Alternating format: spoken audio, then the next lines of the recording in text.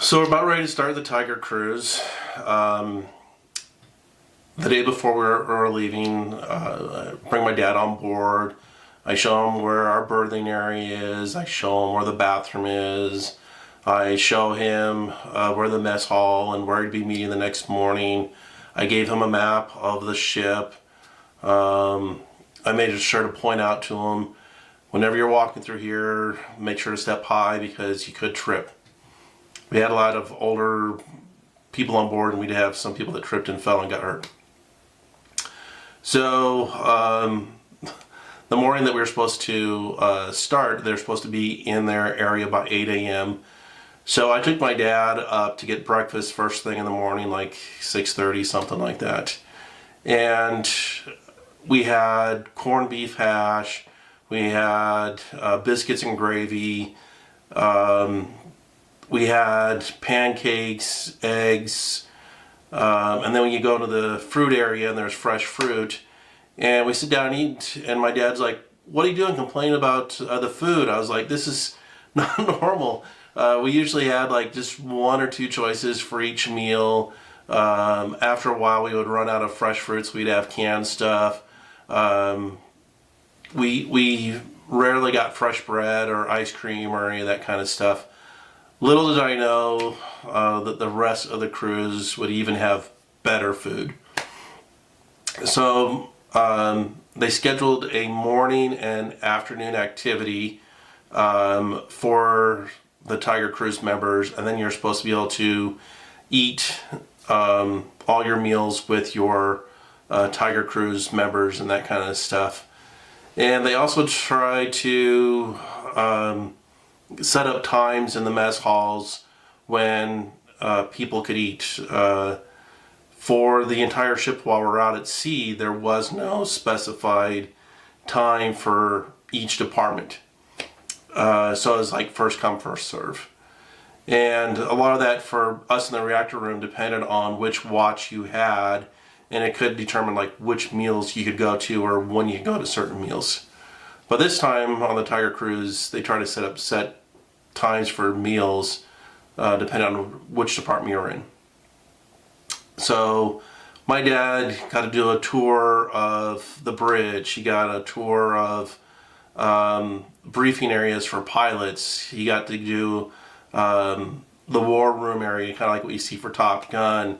They got to go to the front forecastle where the anchors and all the chains were, and they did some knot tying lessons. He got to shoot the 50 caliber machine guns. They did skeet shooting off the fantail of the ship. They got to go into the launch control area and launch do the machine gun for the Sea Whiz areas, and he would just come back and it'd be like telling like what you did at camp today. I mean, like he thought it was like the greatest thing. I still had to stand watch and do my regular thing while out at sea, but I got to see him breakfast, lunch, and some days I got to do like one activity with him or something like that. And it was like a little kid at camp or whatever, like come back smiling about what's going on. And lunch was usually like hamburgers, hot dogs, meatloaf, something really simple. But for the entire 5 or 6 days of Tiger Cruise, we had steaks, crab, lobster, fish. We had fresh bread with lunch and dinner. And for dinner, they had the ice cream machines working. Like they hadn't worked in 3-4 months. And my dad was like, he has a sweet tooth, so he would make sure he had all the ice cream he could ever want. And he thought it was like awesome. He thought like we got like really good food, and I was like, no, this is just for the family. We've never had this good of food.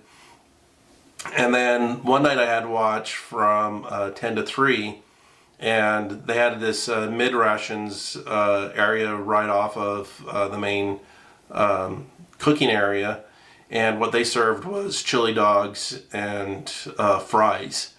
And I told my dad I was going to go eat this meal, and he thought it was like the greatest thing. My dad always likes a snack before bed, and so on the second night I took him there, and I think he had like 2 chili dogs.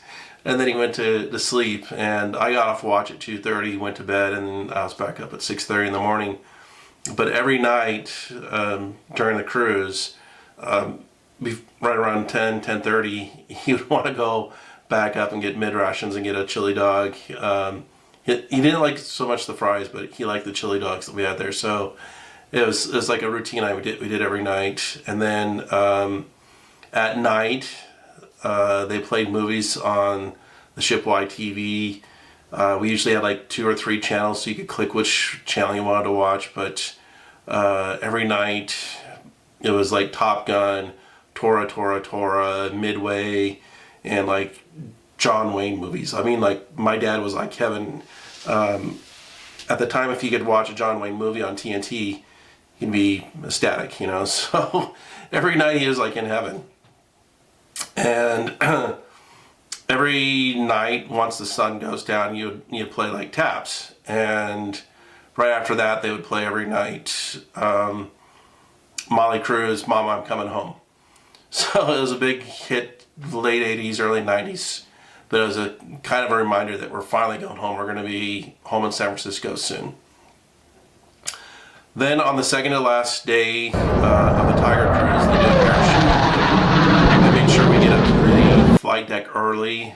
And they're going to have on the front row where they're going to launch all the planes, you had to be like kneeled down.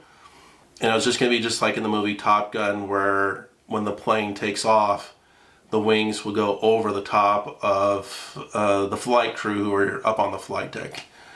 So there was probably 3 or 4 rows who technically would be underneath the wing, but they made like the first 10 rows where everybody had to like kneel down as the plane takes off. And so we had F-14s, F-18s, Intruders, Prowlers, Vikings, even the mail plane all did takeoffs, and we got to watch all that. There's like 25 planes in total that did that. And then as part of the air show, we got to see Intruders drop bombs like in a strafing run.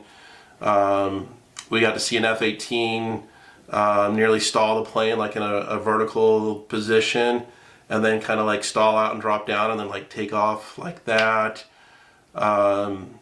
We had some F-18s do some circling stuff around us, formations like the Blue Angels do. And then we had, I think, an F-18 and a F-14 both break like the sound barrier at different times as they went by us. We had helicopters come out, do some operations, kind of get lowered, and then they would drop the divers. They did rescue missions. And then they would pull them up like in the basket, just like if they were rescuing a crew and that kind of stuff. And they're doing this entire air show while all the rest of the ships that were in our group got to see the air show as well. And then some of the other ships started shooting their cannons and stuff like that. So it was like pretty cool. And then after the air show, I take my dad to the fantail, and I tell him how you can tell which plane it is due to which lights are on and what the blinking sequence of the lights are. The lights are white, green, and red, and you can tell which plane it is based off of those colors and sequence. So the planes are coming in and landing, and we're on the fantail, so that means the planes are probably 40, 50 feet above us, and you're seeing these planes come in. So it was like a really cool activity. My dad had a really good time. The next morning, we're down by San Diego, and some of the planes take off for San Diego, and they were able to land in their airfields out there, and we make it up to San Francisco, I don't know, 8, 9 o'clock in the morning, something like that, and we're arriving in San Francisco just before low tide. And we get underneath the Golden Gate Bridge, and I'm able to point stuff out from my dad, and he goes, the only way you'd get this perspective is if you're actually in a ship going underneath the bridge. And I was like, yeah. And so he's like, how many people get to see this? And I was like, not many. And so we're able to go through the Golden Gate Bridge, the Bay Bridge, and there's all sorts of parades. to welcome us. And then we finally get to the pier, and the Navy tradition is the first people off are the people who had a child born while we were out at sea. So then it's by highest ranked officer all the way down to the lowest ranked. The next people off is if you had a family member die while you're out at sea. And then they start letting people off in the rank of whatever your rank is. And so me and Dad walk off when we're supposed to in my group, and my sister Lori is there to pick us up. And it was just one of my happiest days to be home, be there with my dad and my sister. So it was a great day. We go out to dinner that day, and then I think my dad catches a flight back to Oregon. But he says it was probably the best week he's ever had. Experiences he'll never have anyplace else. So it was just a lot to me to have my dad with me. So that was Westpac 95. I'll have more stories about my last 2 years on the Abraham Lincoln from October of 95 all the way up to when I got off in March of 98.